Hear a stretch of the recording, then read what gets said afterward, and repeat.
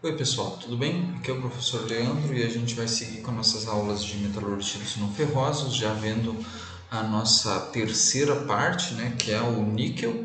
Então a gente está, mais uma vez, vamos fazer duas aulas de níquel, uma primeira aula apresentando as principais propriedades e aplicações do níquel, e aí a gente depois vai para uma segunda aula que apresenta os métodos de obtenção do níquel a partir dos minérios, tá? Eu acho que nessa aula eu vou precisar de mais de um quadro, mas talvez eu consiga fazer tudo nesse quadro aqui, tá bom? Então vamos começar falando primeiramente das propriedades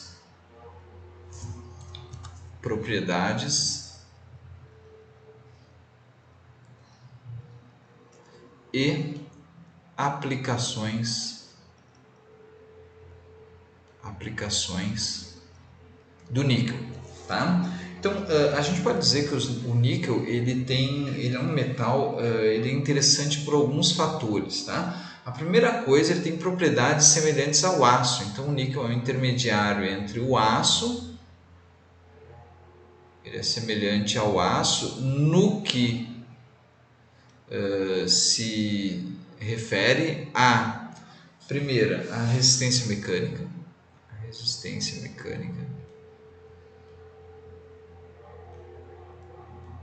Então, a resistência mecânica dele. A resistência mecânica dele é parecida com a resistência mecânica dos aços, tá? Dos aços mais comuns. Tá?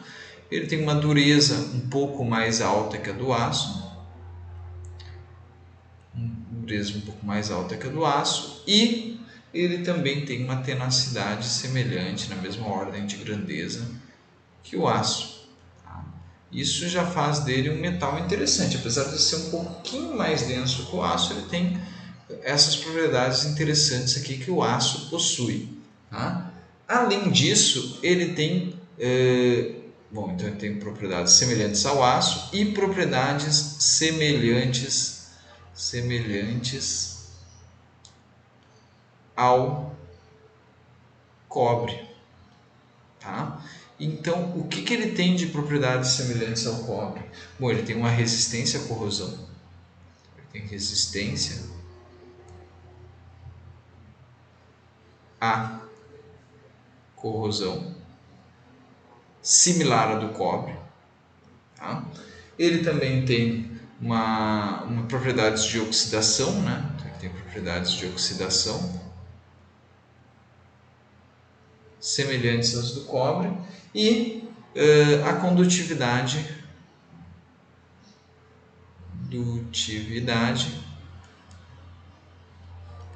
térmica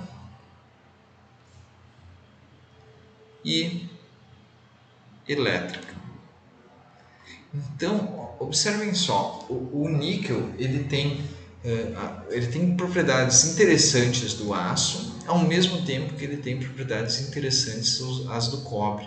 Tá? Isso vai fazer dele um metal que tem um nicho de aplicações específicas e importantes que a gente não conseguiria fazer com cobre e nem fazer com aço. Então o níquel, de certa forma, ele ocupa ali um nicho específico de aplicações que são únicas, tá? Apenas ele poderia desempenhar esse papel, ou as ligas de níquel, que eu vou mostrar para vocês ali mais tarde alguns exemplos de ligas de níquel.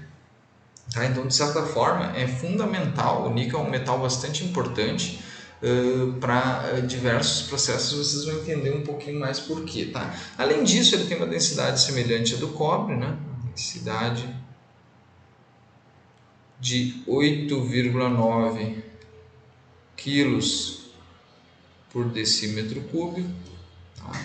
Além dessa densidade, ele tem um ponto de fusão mais alto que o do cobre, mas mais baixo que o dos aços, né? Então, ponto de fusão de 1453 graus Celsius e possui o retículo cristalino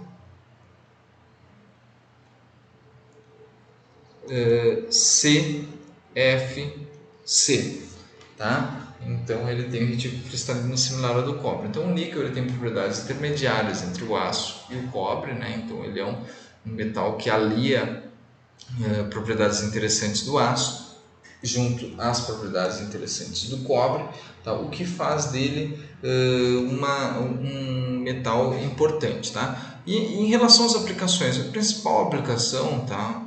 O do níquel é como elemento de liga, tá? Então, elemento de liga nos aços inoxidáveis. Então, os aços inoxidáveis austeníticos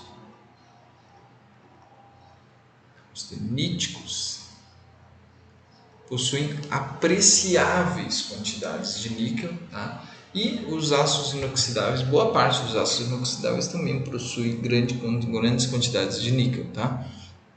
Por isso, mais da metade, tá? Então, uma quantidade superior a 50% do níquel produzido é consumido através do uso como elemento de liga nos aços inoxidáveis. Tá? E aí uma outra quantidade importante, tá? Quase o restante, tá? do que é produzido, é utilizado em ligas Monel, que são ligas, eu vou falar depois de ligas de cobre, né? Então ligas de níquel, cobre, tá? Então o níquel ele tem propriedades semelhantes ao aço e ao cobre e ele é frequentemente utilizado como elemento de liga de aços e utiliza o cobre também como elemento de ligas em ligas Monel. Eu vou falar de algumas ligas ali de níquel mais tarde, tá? Mas ele é bastante utilizado para isso. Também existe a opção, né, uma aplicação mais secundária, é recobrimentos, tá? Recobrir metais, tá? Especialmente o aço, tá? Com uma camada de níquel. Essa camada de níquel protege, então a gente vai ter aqui o aço, né, que é uma liga predominantemente de ferro, e a gente coloca uma camada de níquel. Essa camada de níquel, por possuir uma maior resistência à corrosão, vai impedir agentes corrosivos de corroerem o aço. Então ela impede aqui de agentes corrosivos chegarem na superfície do aço e promover corrosão. Então eu tenho essa opção de fazer recobrimento, tá? E aí, mas por que eu utilizo esses caras aqui bom, aço inox a gente já falou em aulas passadas que existe uma gama enorme de aplicações de aço inox, desde de aplicações na nossa cozinha ali como talheres, né, até aplicações aeroespaciais na indústria naval, na indústria petrolífera e tal. Onde que eu utilizo as ligas Monel? Bom, as ligas Monel elas são utilizadas, vou até usar outra cor aqui que está muito monocromático, tá? Não tem nenhuma razão especial para usar essa outra cor aqui, mas eu vou usar esse vermelho aqui, tá? Então, a gente utiliza as ligas Monel na indústria química, a gente utiliza as ligas Monel também na indústria naval e a gente também utiliza na indústria petroquímica. Tá? Por quê? Ligas de níquel suportam ambientes bastante severos. Então esses materiais são aplicados frequentemente na utilização em reatores. Esses reatores eles estão submetidos, então reatores para que ocorram reações dentro dos reatores, né, evidentemente pelo nome, né? Então reações que ocorrem em meios extremamente agressivos, aqui é um E, tá? Vou tentar consertar ele aqui, agressivos, tá? Em meios extremamente agressivos, tá? E tudo isso sob pressão e temperaturas elevadas. Tá? Então, pode ter e pode também não ter, tá? Mas com frequência, esse é o tipo de meio, esse é o tipo de coisa que a gente utiliza ligas Monel. Então, ali tem um dado momento, vocês veem na metalurgia do cobre, por exemplo, que os ânodos podem ser feitos com ligas de níquel. Né? Os ânodos, lembram que iam lá naqueles banhos de ácido sulfúrico, tá? Rico em cobre, né? Rico em CuSO4, né?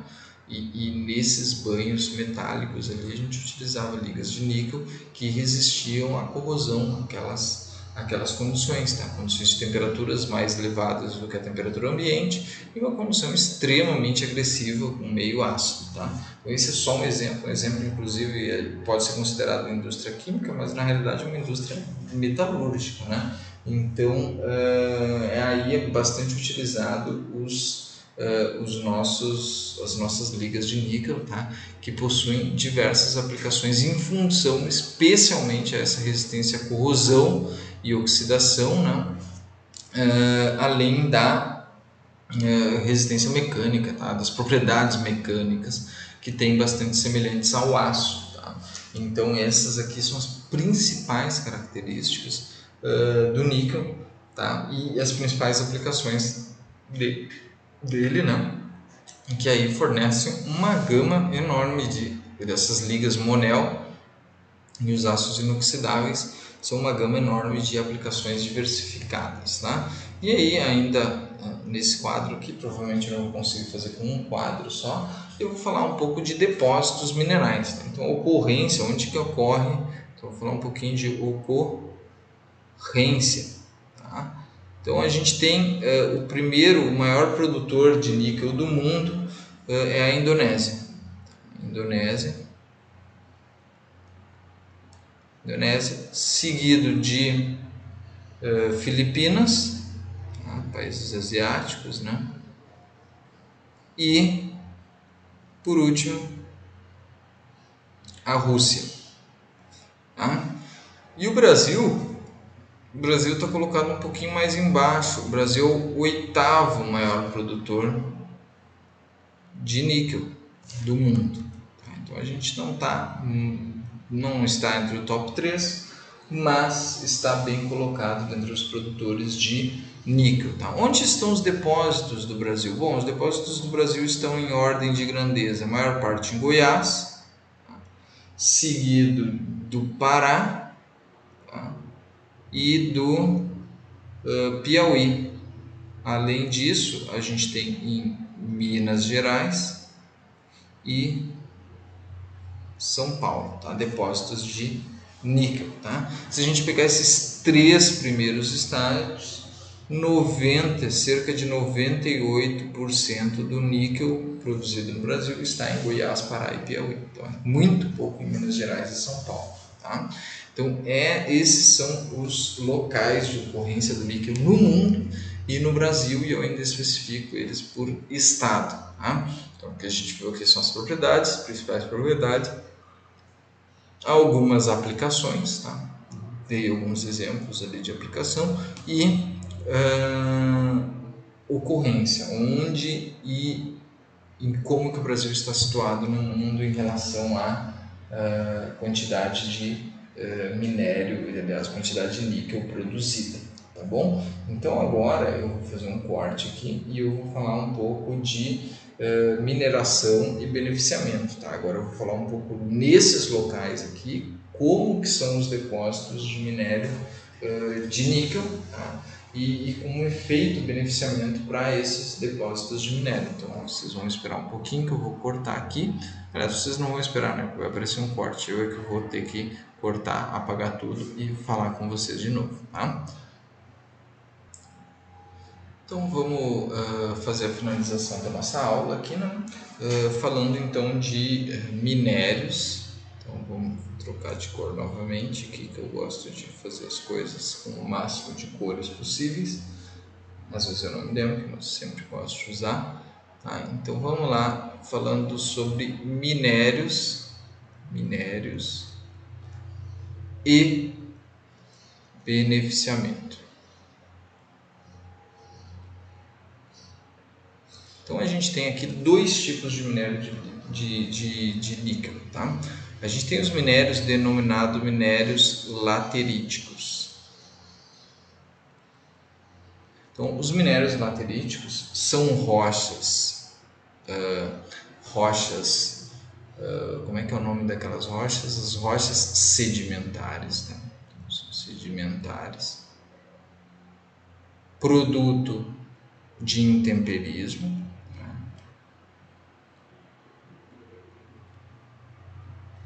E são ricas em alumínio e ferro, tá? Só que especificamente nos depósitos de níquel lateríticos eles são enriquecidos em níquel, tá? O que significa enriquecidos em níquel, tá? Então ele tem aqui sedimentares com intemperismo, ricos em alumínio e ferro, mas possuem são enriquecidos em níquel. Ser enriquecido em níquel significa o quê? Tem uma porcentagem de mais ou menos 1,3% de níquel. Tá? Esses são os depósitos lateríticos. Tá? E aí, qual que é o minério? Qual que é o minério principal? Tá? É a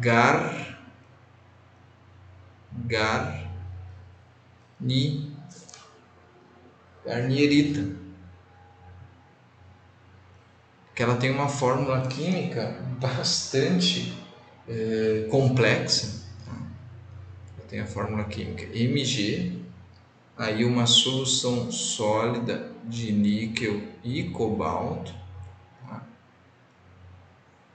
3, e mais é um silicato de uma solução sólida de níquel e cobalto hidratado ainda. Então, tem esse OH4 aqui, é hidratado. Essa aqui é a garnierita, bastante complexo, um silicato hidratado de níquel e cobalto em solução sólida. Então, essa aqui é a fórmula química da garnierita. Então, essa rocha é uma rocha sedimentar, então tem uma composição bastante diversificada, tá? Cheia de óxidos de alumínio, óxidos de ferro, silicatos de alumínio, silicatos de ferro, tá? Então, é extremamente complexa a fórmula química, os constituintes, tá?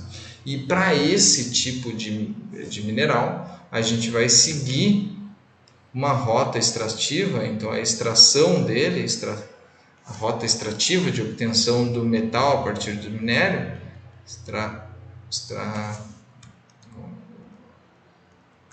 extração dele, a extração desses minérios aqui, ela ocorre através de etapas hidrometalúrgicas. Vocês aprenderam lá que a hidrometalurgia ela pode tratar minérios com teores menores, como esse aqui, por exemplo. A gente não consegue tratar por pirometalurgia um minério com 1,3% de níquel. Tá? Ou vamos pensar então, se fosse um alto-forno, não consegue tratar um alto-forno com 1,3% de hematita. Né? Então a gente precisa de uma etapa hidrometalúrgica que é mais cirúrgica. Tá? Mas para isso a gente não tem também uma etapa de beneficiamento. O beneficiamento é basicamente ele simplesmente é cominuição barra peneiramento. Então, o beneficiamento é basicamente uma adequação granulométrica. Tu moe e peneira para ver se atingiu a granulometria que você desejava ali. Tá? Então, esses são os métodos de beneficiamento dos minérios lateríticos, que são minérios sedimentares, produto de intemperismo, ricos em alumínio e ferro, que estão enriquecidos em níquel. E aí tem garnierita como principal mineral minério, tá? E o resultado disso é que a gente vai precisar fazer uma extração hidrometalúrgica. Tá? Aqui no Brasil, no mundo, pouco, não é menos da metade do níquel é produzido através desses minérios. Mas no Brasil a maior parte dos depósitos são lateríticos. Então no Brasil se produz mais níquel através dessa rota que eu vou apresentar na próxima aula para vocês, tá? Só que no mundo é a outra rota, que é a rota dos minérios sulfetados. Então a gente tem aqui os minérios sulfetados, tá? E esses minérios sulfetados, tá? Eles são veios, né? Então são veios de sulfeto, né? Veios de sulfeto presentes em rochas. Calma aí que saiu ruim aqui. Em rochas ígneas. Então são veios de sulfeto em rochas ígneas, tá? Mas qual exatamente é esse minério que é composto de veios de sulfetos em rochas ígneas, tá? O principal minério é a pentlandita, tá? Pentlandita, que tem uma fórmula química que é uma solução sólida de níquel e ferro 9S8. Então esse é um minério sulfetado. E aí o tratamento desses minérios, tá? Desses veios sulfetados em rochas ígneas, tá? O tratamento desses minérios é feito através de etapas de cominuição seguidas de etapas de flotação, né? Para tratar sulfeto, né? Vocês sabem que etapas de flotação são ótimas para o tratamento de sulfetos.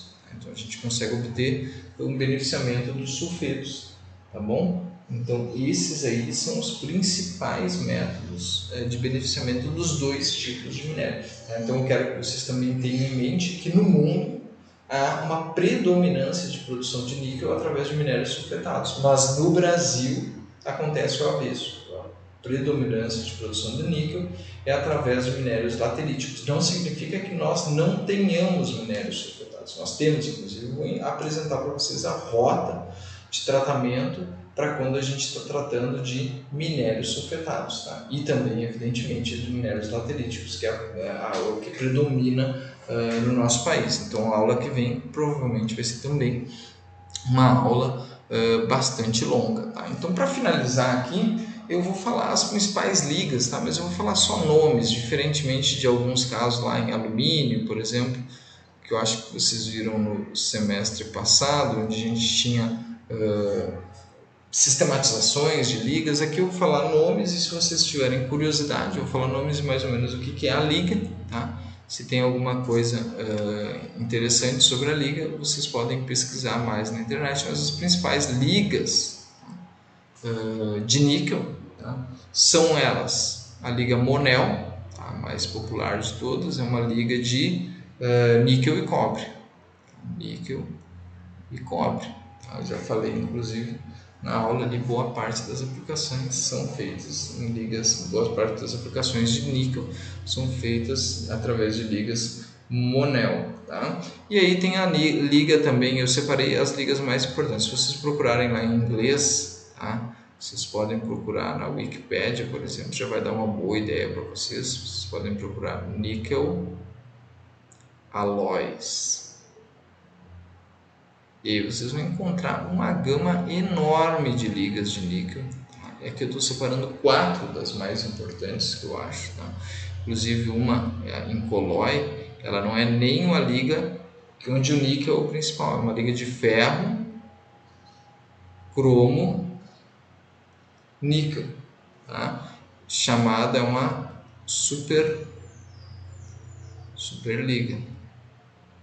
Então, uma liga com aplicações com desempenho extra, acima das ligas normais, tá? Claro que tudo isso, né? O níquel é um metal bastante caro, todas essas ligas que eu estou falando aqui são muito mais caras que o aço, porque elas são para aplicações pontuais e importantes, tá? Então a liga em Colloy é uma liga de ferro, cromo e níquel, tá? Que é também conhecida por ser uma superliga. Se vocês procurarem lá também Se vocês procurarem em colloy lá, né? Pelo menos na Wikipedia em inglês, vocês vão ver que ela é uma superliga. Se vocês clicarem lá em superliga, vocês vão ver que as superligas elas têm propriedades específicas e alto desempenho, tá? Propriedades de alto desempenho, tanto mecânico quanto sobre comportamento químico, né? Em relação à corrosão, em temperaturas, em meios de temperaturas altas, pressões altas e meios agressivos, né? Então, essa é uma característica do níquel e isso tudo vem junto com um custo bastante caro. E a gente tem também a liga Inconel. Tá? A liga Inconel é uma liga de níquel cromo. Tá?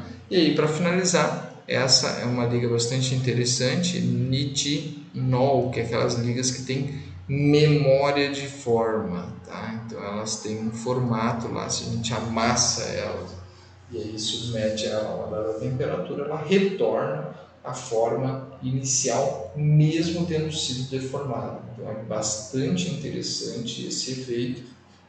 Vocês provavelmente vão aprender mais sobre isso nos próximos semestres, ou se não, se vocês já viram isso, talvez, acho que em Ciência dos Materiais ou Metalurgia Física, se não me engano, é capaz de vocês terem visto isso, tá? Então, na aula de hoje, a gente viu, então, a gente passamos